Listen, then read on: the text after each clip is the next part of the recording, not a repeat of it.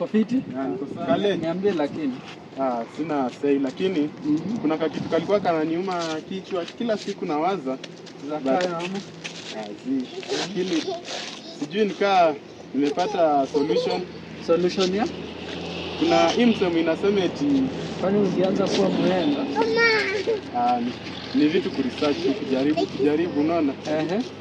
Kuna hii msemo inasema eti if you fear something you worship it. If you fear something you worship it. Ama hujaisikia? Kizungu kidogo lakini nashika. Lakini sasa ni hiyo msemo. Sasa nilikuwa najiuliza kama mimi naogopa Mungu. That's why I worship. You worship. Sasa wewe nikuulize, wewe mgangu unamsikianga, si ndio? Kabisa. Una mimi